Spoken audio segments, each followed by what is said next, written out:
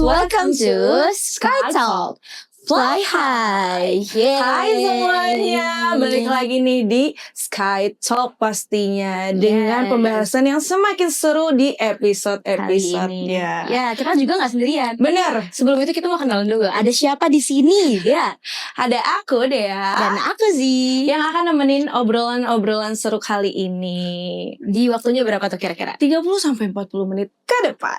Wow, nggak cuma sendiri ya kita. Betul, gak cuma berdua. berduaan aja. Kita bakal ada narasumber yang pastinya sangat menginspirasi commerce semua. Benar gak Kazi? Bener, pembahasannya bakal daging banget. Yes. Langsung aja kita sambut. Ada siapa?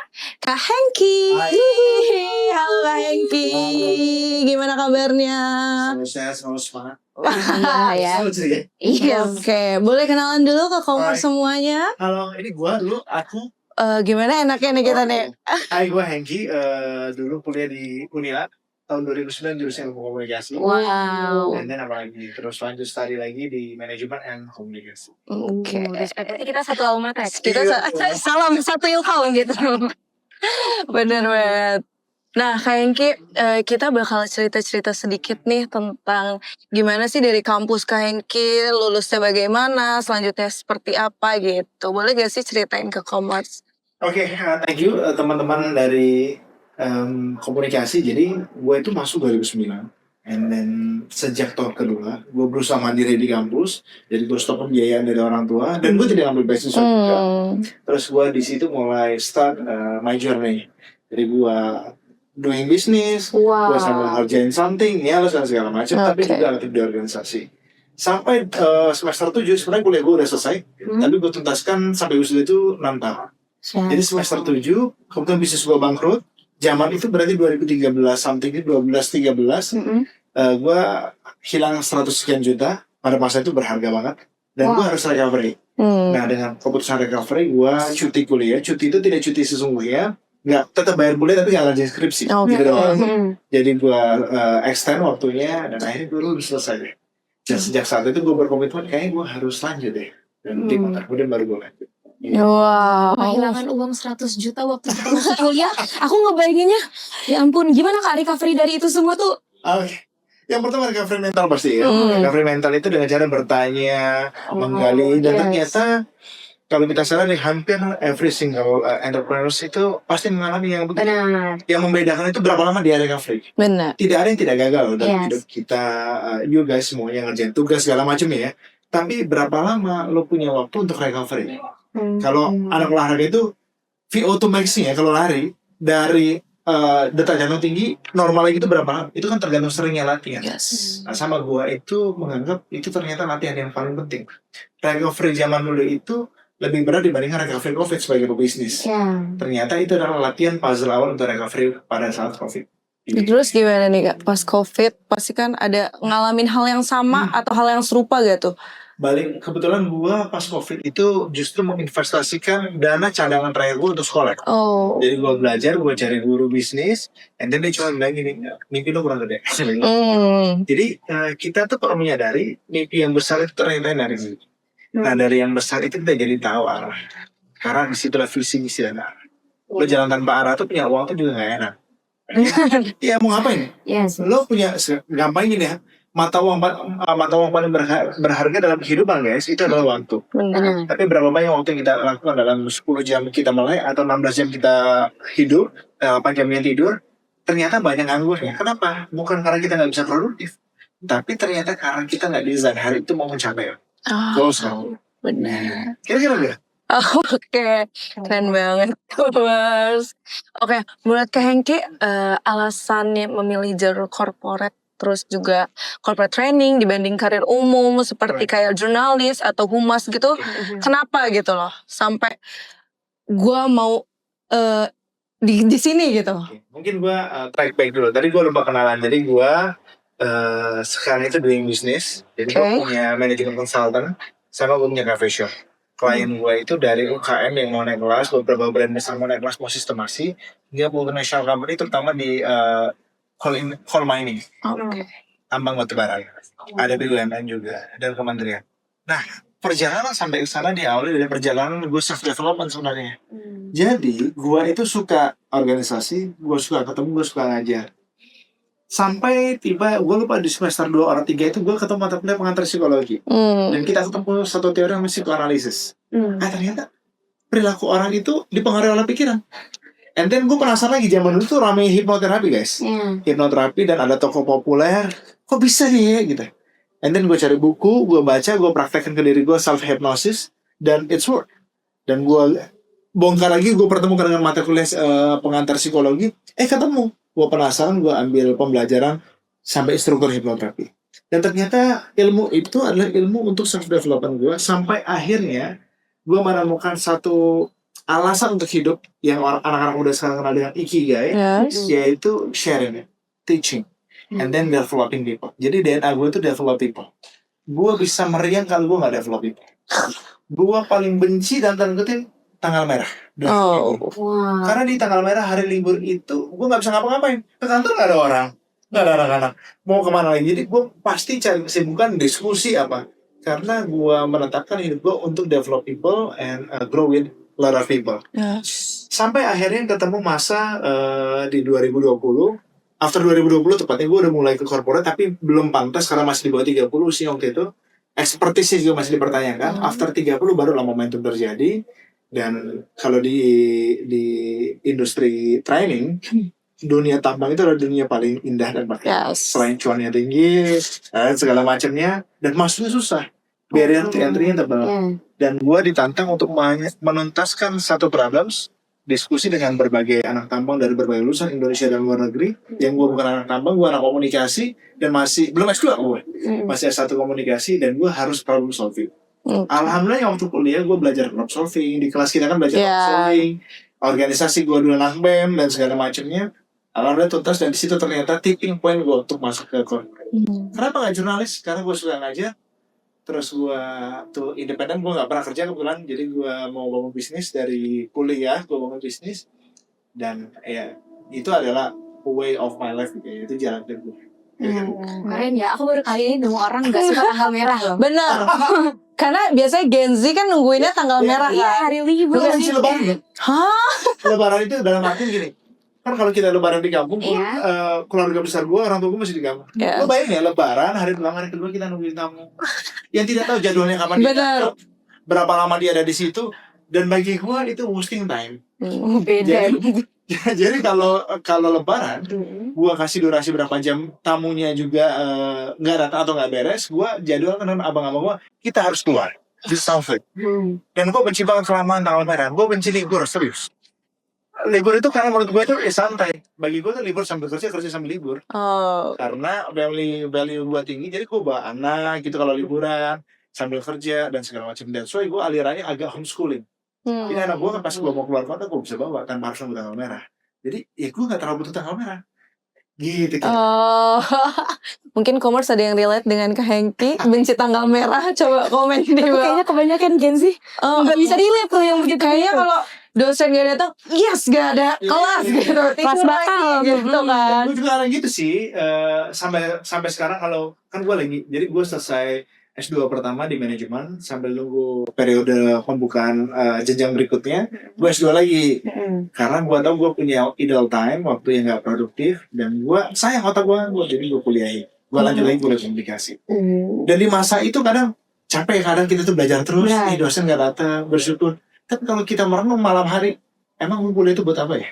Purpose-nya apa ya? Nanti jadi gak nyaman kalau gak diajarkan. Justru kita ngejar tugas, ngejar something yang bisa develop diri kita sendiri. Karena kuliah itu privilege juga ya Kak ya. Betul. Gak suara benar. Yes, benar. Nah, tadi udah disenggol dikit nih. Kata kakak lanjutin studi S2. Nah, aku penasaran. Kira-kira motivasi kakak ngelanjutin studi S2 dan double degree, yaitu manajemen bisnis digital dan komunikasi digital di Univ Telkom, itu apa Kak motivasinya Kak? Jadi gue punya problem habis COVID kan. Gue dari bisnis dan mau masuk korporasi. Di korporat itu gak bisa sekedar lo lulusan mana. Lo ada otaknya apa enggak? Karena yang diadu bukan lo orangnya siapa. Tapi lo bisa adu dong dengan vendor yang lain. Kira-kira gitu.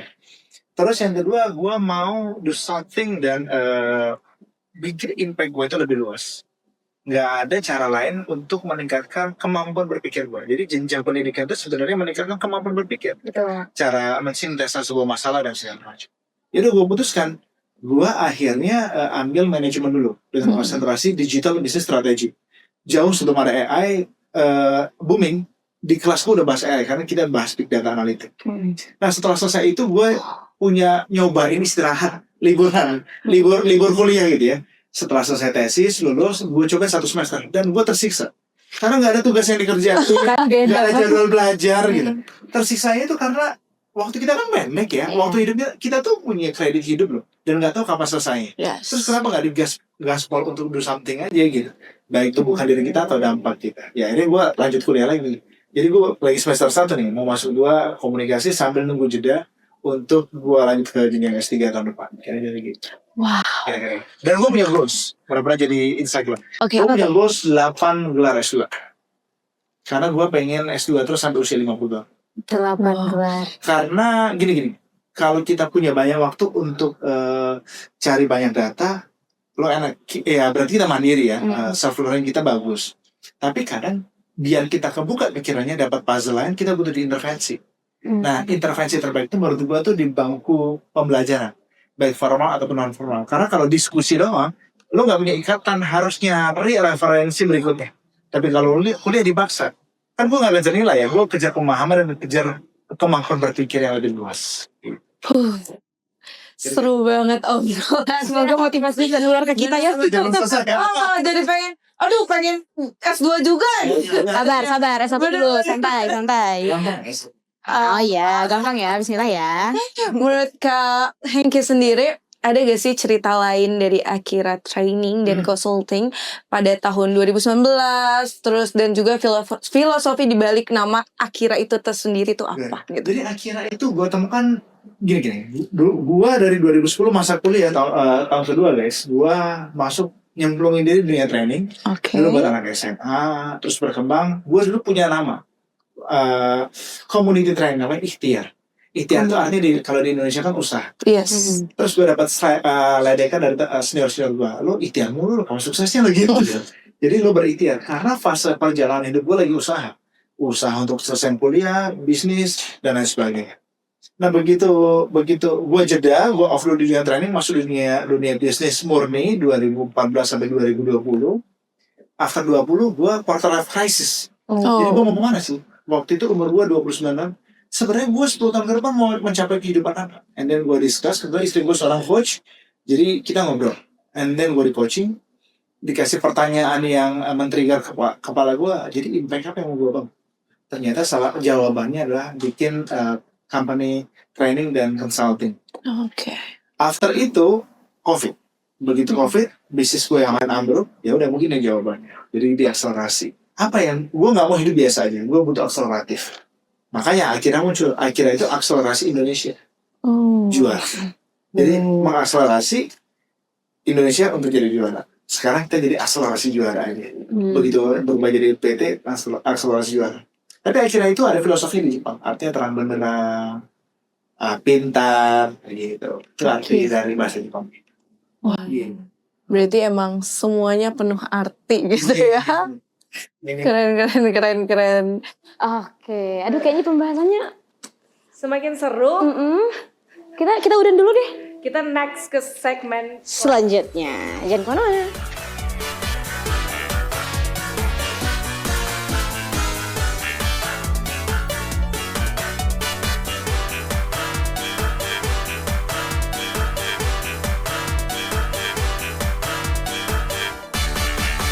Oke, udah balik lagi di segmen kedua. Yang pastinya pembahasan semakin seru. Yes. Semakin commerce nih mungkin semakin kayaknya semakin terinspirasi gitu. Yes, ini kita bakal lebih spesifik teman-teman. So, pasang kupingnya dan harus perhatiin. Oke, Kak Hengki. Jadi kita mau nanyain tentang ini lebih spesifik tentang dunia bisnisnya Kak Hengki. Aku mau tanya, seberapa berbeda teori digital bisnis strategi dengan realita di dunia konsultan? Itu apakah ada perbedaan yang signifikan banget atau sebenarnya biasa-biasa aja sih? Konsultan itu kan luas sih. Lo mau ambil spesifik yang mana? Jadi gini, dalam ilmu konsultan itu you have to solve the specific problems. For example gini, Gua diajarin guru gua pakai filosofi misalkan Mm-mm. gajah.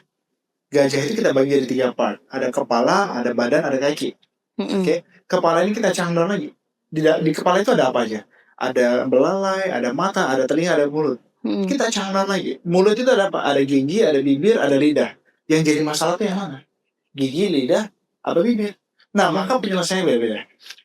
Jadi urusan dunia consulting, dia harus specific problems. Ada juga yang generik, Mm-mm. tapi itu gede banget. Namanya strategic management. Perusahaan yang mau akuisisi, mau masuk ke sebuah negara. Nah, itu memang beda lagi. Tapi kebanyakan konsultan itu fokusnya pada spesifik. To train people, to solve the problem, atau to fix something di urusan operation yang punya masalah, dan lain sebagainya. Nah, berbicara digital business strategy, yang gue dapat waktu gue kuliah itu berbicara menggunakan platform atau designing platform. To embrace market gitu, untuk ngerangkul market dan ngenalin lo ke market, atau lo akuisisi market. Nah, lo perlu nyiapin platform itu. Tapi yang very simple-nya, digital business strategi untuk urusan mengenalkan diri. Namanya marketing komunikasi. Nah, marketing komunikasi di urusan apanya? Apakah di upper the line apa bottom the line? Lo mau ngasih tahu urusan apa, goalsnya apa lo mau bawa orang untuk engage dengan lo. Dan ini semua specific problems. Nah, kalau pakai sudut pandang konsultan, manajemen dan perusahaan dengan urusan digital strategi, berarti lo harus pakai sudut pandang penyelesaian masalah pada specific problems. Dan ini ternyata nggak cuma ngurusin perusahaan, ngurusin pribadi juga. Misal, lo galau, lo baru di ghosting sama cowok gitu. Sekarang pertanyaan nih, membuat lo galau itu apanya? Ditinggalnya, menyesalnya kenal dia, terus nggak bisa lupain dianya, atau lo bingung cari gantinya, atau lo kehilangan ojek yang jemput setiap paginya, atau apanya? Jadi, when you know the specific problems, lo fixnya gampang. Karena mata kita itu so general. Orang cewek nangis berhari-hari di ghosting gara-gara apa? Ya gua segala macam. Dan itu terlalu general. Coba lo spesifikkan, lo jadi logik. Jadi kemampuan melihat sebuah problem yang spesifik itu memudahkan untuk menuntaskan sebuah masalah dan mendevelop diri sendiri.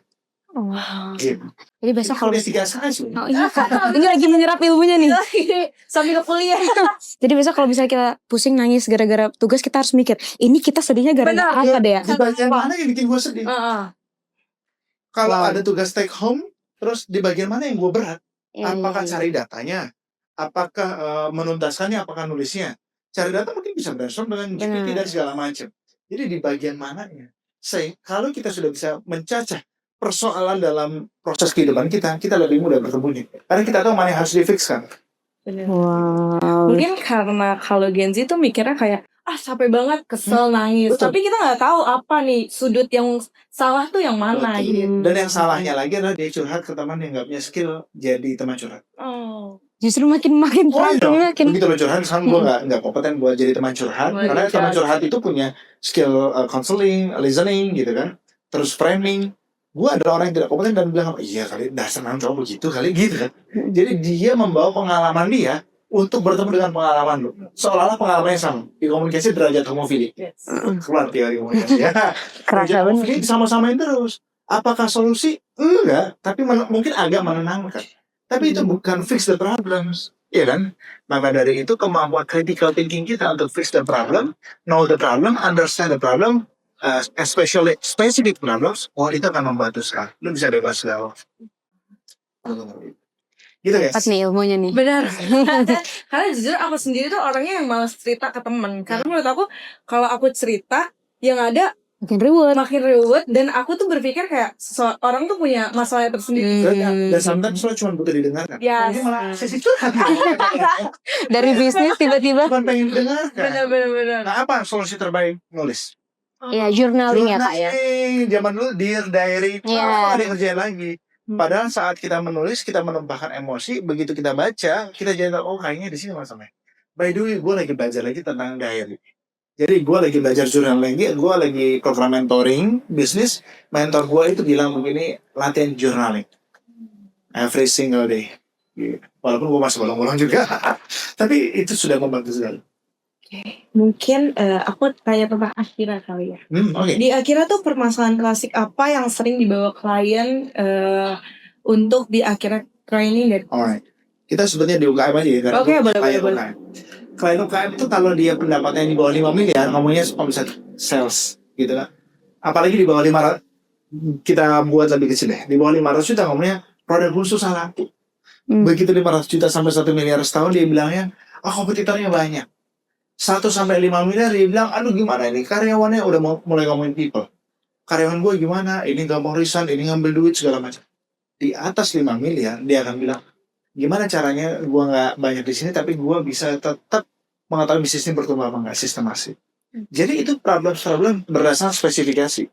Karena setiap spesifikasi pertumbuhan bisnis itu punya problem yang berbeda, challenge berbeda, dan solusi yang berbeda. That's why we need to understand the specific problems.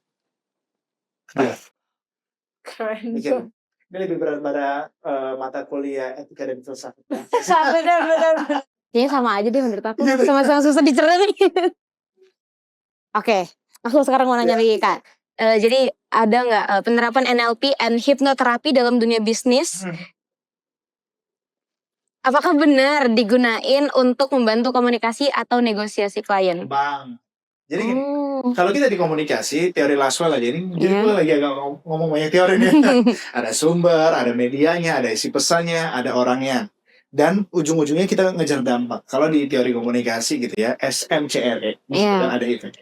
Nah, pendekatan ilmu psikologi terapan atau behavioral science yang quote-unquote tadi disebut adalah NLP gitu, itu pada pemilihan diksi bahasa supaya menimbulkan efek tertentu. Because cara berbahasa, cara berekspresi menentukan efek yang terjadi di kepalanya komunikan. Jadi misalkan gue bilang gini nih, jelek lu, dengan nada gitu ya. Dengan jelek lu. Nada berubah. Gambar yang ada di kepala komunikan, penerima pesan, itu berbeda. Apalagi gue berbicaranya dengan lebih manis, lebih soft lagi, di gue lagi pun pasti berbeda lagi. Nah, behavioral science itu mempelajari lo mau ngasih efek apa ke kepala orang, sehingga lo harus desain cara komunikasinya gimana. Dan tentu dong berdampak udah jelas buat bisnis, cara lo komunikasi, lobby, presenting idea, solve the problem, dan segala macam. Lo nanya masalah ke orang aja, lo kenapa? Tambah bahasa tuh, ada apa? Itu jelas berbeda responnya. Kadang, lo kenapa? Gitu aja nangis. Dia gak jadi nangis. Enggak, gue gak nangis, gengsi. Lo kenapa? Enggak kok, gitu. Begitu lu pegang kawan lo yang cewek, ada apa? Wah, tiba-tiba tanpa bersedia pecah nangis ya. Karena sentuhan bahasa tubuh lo ditambah nada yang lembut tadi itu sudah memberikan efek berbeda. Nah, NLP itu belajar behavioral science di urusan bahasa. Bahasa-bahasa apa yang memberikan efek perilaku tertentu. Kegambar. Oke Kak Hengki, kalau dari pengalaman pribadinya nih, lebih menikmati proses merancang strategi digitalnya atau kayak Kak Hengki saat memberikan trainingnya langsung gitu? Gue suka dua-duanya. Jadi gue itu orang yang dibesarkan di dunia sales, marketing, and people. Sejak 2010 gue sales, marketing, and people development. Tapi gue sadar ngembangin bisnis itu gak cukup dengan itu. Ada 2 fondasi lain yang itu penting, yaitu fondasi finance and operation. Dan gue benci banget itu. Capek soalnya ngomongin. Duit itu enak dipegang tapi gak enak hitung. Capek pakai banget. Tapi untuk jadi CEO kompeten, lo harus pegang itu. Nah, dengan NLP, gue memudahkan gue belajar itu. Sehingga kalau ditanya sekarang, enak ngisi training apa enak bikin strateginya? Dua-duanya gue. I love it. I love every single proses dari bisnis. Di mana masalahnya. Jadi, nih ya, gue ke manajer gue itu, setiap Senin gue bilang, lo cari 40 masalah di perusahaan kita. And you solve it. 8 masalah setiap hari. Minggu depan harus masalah berbeda. Dan itulah seorang pemimpin bisnis. Hidupnya, sarapan itu adalah masalah. Jadi masalah itu sarapan kita yang mau besar. Apa yang harus difikskan? Oh, gue bangunnya kesiangan. Oh, apa Pak? Dalam kehidupan gitu. Itu difikskan day by day. Not in a day, but day by day. Because we grow every single day, not in a day. Gitu. Gitu, guys. Keren banget. Aku kayak dengernya sambil belajar gitu loh. Nanti jangan lupa bilnya langsung ditransfer ya. Ini seperti private coaching. Bener. Oke, tadi kan kita udah sharing banyak banget nih Kak. Sekarang aku mau langsung tanya, langsung kayak resepnya gitu. Resep khas Kak Hengki Yuliansa dalam membantu perusahaan menyusun strategi komunikasi yang efektif itu gimana sih? Oke, sebuah perusahaan yang pertama dia harus punya visi misi. Visi misi. Arah tumbuhnya mau kemana. Jadi dia harus punya goals. Yeah. And then yang kedua dia harus tahu mana yang bisa dia kerjakan, mana yang enggak. Just like kita tadi brief, gue bilang apa yang do, apa yang don't. Oh iya. Jadi kudu clear, lo mau kemana, abis itu mana yang bisa, mana yang nggak bisa lo kerjakan, mana yang boleh, mana yang nggak boleh.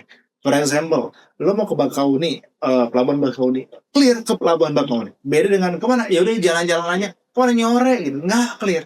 Dampak tujuan yang nggak clear, bensin lo habis, waktu terbuang dan bengong di tengah jalan. Nah hidup juga begitu, perusahaan juga begitu. Jadi dalam urusan merancang strategi komunikasi, dalam merancang strategi bisnis, lo kudu clear mau kemana, mana kendala yang paling prioritas mau dituntaskan atau pencapaian yang paling dekat untuk dicapai. Baru kita bisa ngomong komunikasi. Ada yang sering quote unquote itu berantem di media, penting masih berdampak komunikasi tradisional, non digital, bisa door to door sales dan segala macam. Ada anak kekinian yang bilang ya enggak dong, semua udah digital, semuanya pokoknya harus digital gitu. Yang benar yang mana? Yang kontekstual dengan masalah yang ada, yang paling fit dengan kebutuhan yang ada, itu yang paling benar. Jadi beda-beda setiap orang, sama platform yang digunakan juga beda-beda. Jadi strategi komunikasi dan platforming itu hanya di ujung saat kita sudah tahu arahnya mau kemana dan mau mencapai. Jadi itu dulu yang harus dibereskan. Gitu. Ada nggak yang lebih susah pertanyaannya? Aku udah rangkum jadi tadi resep khas dari Kak Hengki harus punya visi misi. Benar. Terus juga ada do's and don'ts-nya juga harus jelas gitu ya Kak ya. Oke.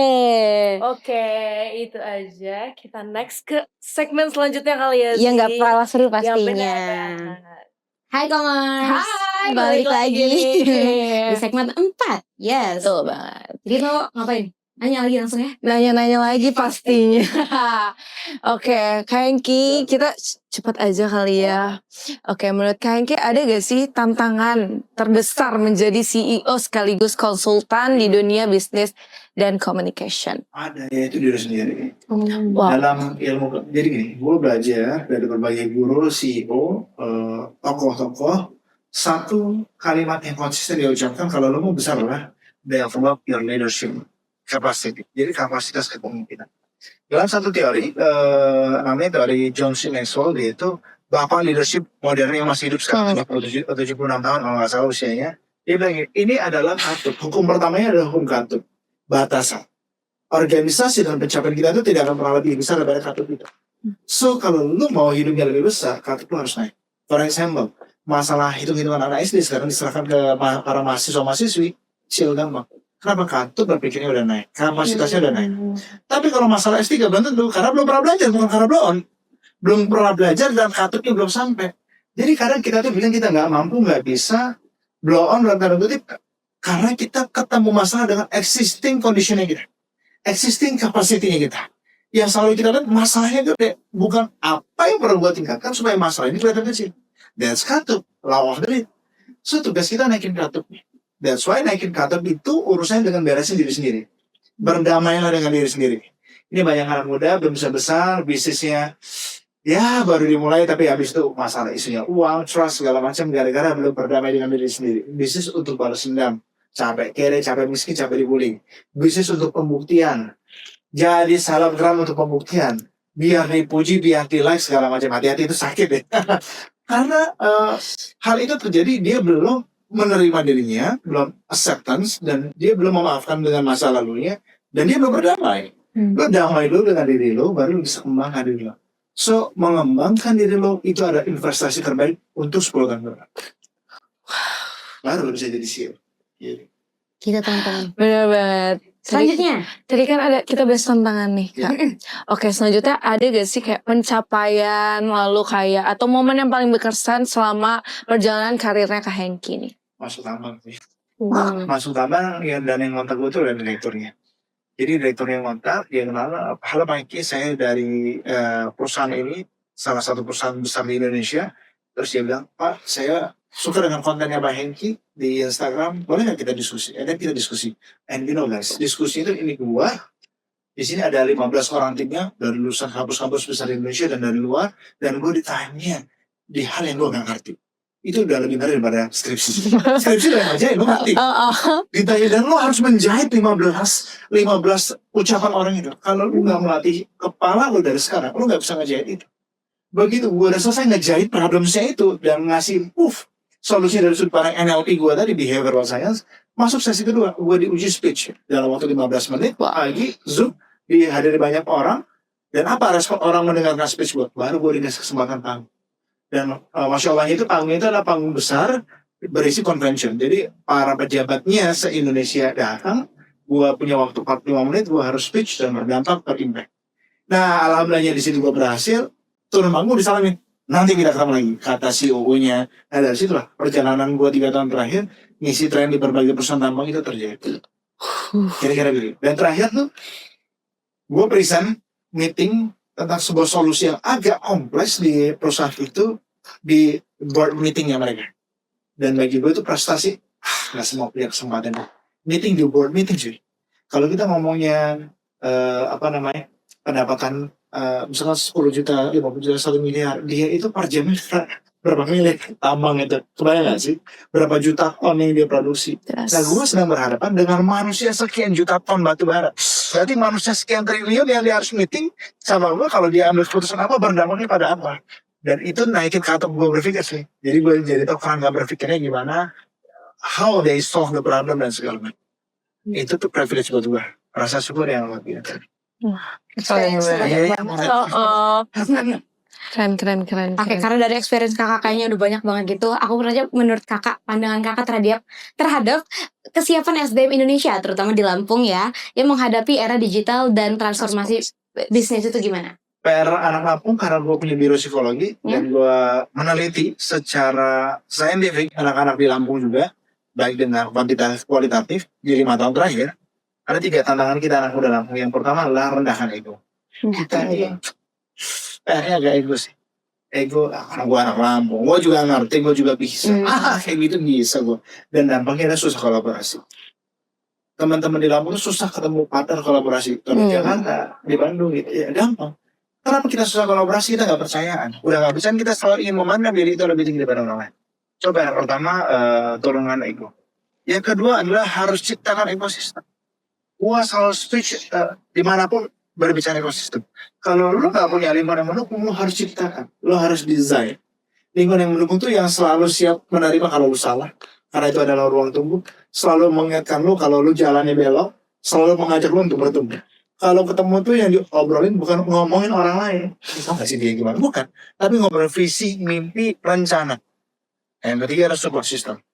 You guys, commerce, siapapun yang nonton video ini, dan especially you too guys, lo harus ketemu mentor, lo harus ketemu coach, lo harus ketemu senior. Tidak ada orang hidup di sini tanpa katrol. Lo bisa jadi S1 karena katrol dosen yang ngajar. Tidak butuh katrol. Sekarang tuh rasanya tidak ada orang yang belajar sendiri merenung kayak zaman Aristoteles, kenapa bulan ini begini, nggak ada begitu. Semua sudah ada teori dan penelitiannya. Jadi lo butuh katrol yang ngasih tahu lo. Carilah mentor. Gue dari kuliah itu gue cari mentor. Gue Jabri, gue mau diajarin. Bersedia gak jadi guru gue? Nah, konsekuensi kalau lo gak punya uang bayar guru lo harus berkhidmat. Lo kasih values lo kepada guru lo senior, lo bisa bantu apa? Lo bisa dukung apa? Lo punya tenaga, punya pikiran, punya waktu, dukung dia. Itu proses transaksi. Orang tidak bisa salaman kalau gak ada transaksi. Transaksi ini value. Kalau dia punya value ilmu, lo gak punya uang untuk belajar ke dia, transaksikan waktu lo, tenaga lo bisa bantu apa? Nah, harus ada value dan manfaat. Baru lo bisa klop dengan lo. Alright? Keren banget. Oke, terakhir ya. Mungkin ada gak sih Kak tips motivasi untuk mahasiswa komunikasi Unila yang mungkin commerce tuh pengen gitu jadi digital strategis atau jadi corporate trainer gitu. Mulai harus dari sekarang. Semester berapa? 3. Oh, dari sekarang. Gue semester 1 udah mulai. Kenapa? Karena gini. Lu lulus akan masuk dunia kerja, akan dunia usaha. Kalau itu dunia tempur, kenapa nggak latihan tempur dari sekarang? Sekarang gini, kita kuliah pagi sampai sore. I know tugasnya lot, banyak banget. Tapi lu punya waktu dong untuk jadi part timer atau magang. Kenapa nggak dari sekarang magangnya? Karena nanti ketemu masanya juga. Kalau lu mulainya nanti, it's too late. Itu terlalu terlambat menurut gua. Kenapa terlambat? Baru masuk tempur, lu baru latihan tempur. Kenapa nggak latihan dari sekarang? Lo harus bangun dari sekarang. Tapi gue kurang tidur. Itu konsekuensi yang harus kita bayar sekarang untuk masa depan. Guru gue, John C. Maxwell, gue belajar langsung dari sebuah penulis buku leadership terkenal. Kata dia gini, dia tuh pembicara leadership nomor 1 di dunia. Kemarin gue baru belajar langsung sama dia mentoring di sebuah kelas. Dia bilang gini, I cannot help people when they cannot help themselves. Jadi gue tuh gak bisa tolong mana kalau dia gak bisa nolong dirinya sendiri. Sekarang pertanyaannya, gimana cara nolong diri lu sendiri? Lo beli buku. Itu cara lo menolong diri lu sendiri. Dengan cara menambah kapasitas kemampuan untuk naikin ke atas. Lo berkhidmat kepada dosen, lo membantu mensupport mentor lo, itu cara lo membantu diri lu sendiri. Lo mengurangi waktu mainnya, tapi naikin kemampuan fisiknya, itu menolong diri lu sendiri. Berarti olahraga. Kalau lo mulai part-time, lo mulai menjalani sebuah progresi, itu menolong diri lo sendiri buat masa depan. So, waktu akan datang. Lo tanya istrinya lo, iya gak merasa gue lulus sama? Gue dulu juga dia masih ruang kelas gitu, jadi studio sekarang. Gak kerasa. Terus di waktu yang terus berputar dengan cepat itu, lo mau ngapain? Sayang no, kalau Yes. cuma santai. Mending lo do something buat masa depan. So, start to help yourself. Oke? Oke. Ini jelas lah ya. Kalau gitu gue yang nonton ya. Thank you so much Kak Hengki udah mau ngobrol bareng sama kita berdua nih. Sangat-sangat menginspirasi kita berdua Yes, super pastinya. insightful. Semoga Commerce juga sangat terinsightful dari obrolan kita Kalau berdua. orang-orang harus bayar, kita gratis nih. Bener Di-share nih banget, ilmunya nih, di-share kapan nih. lagi ya kan? Kapan lagi kan? Dapat ilmu gratis dan juga insightful.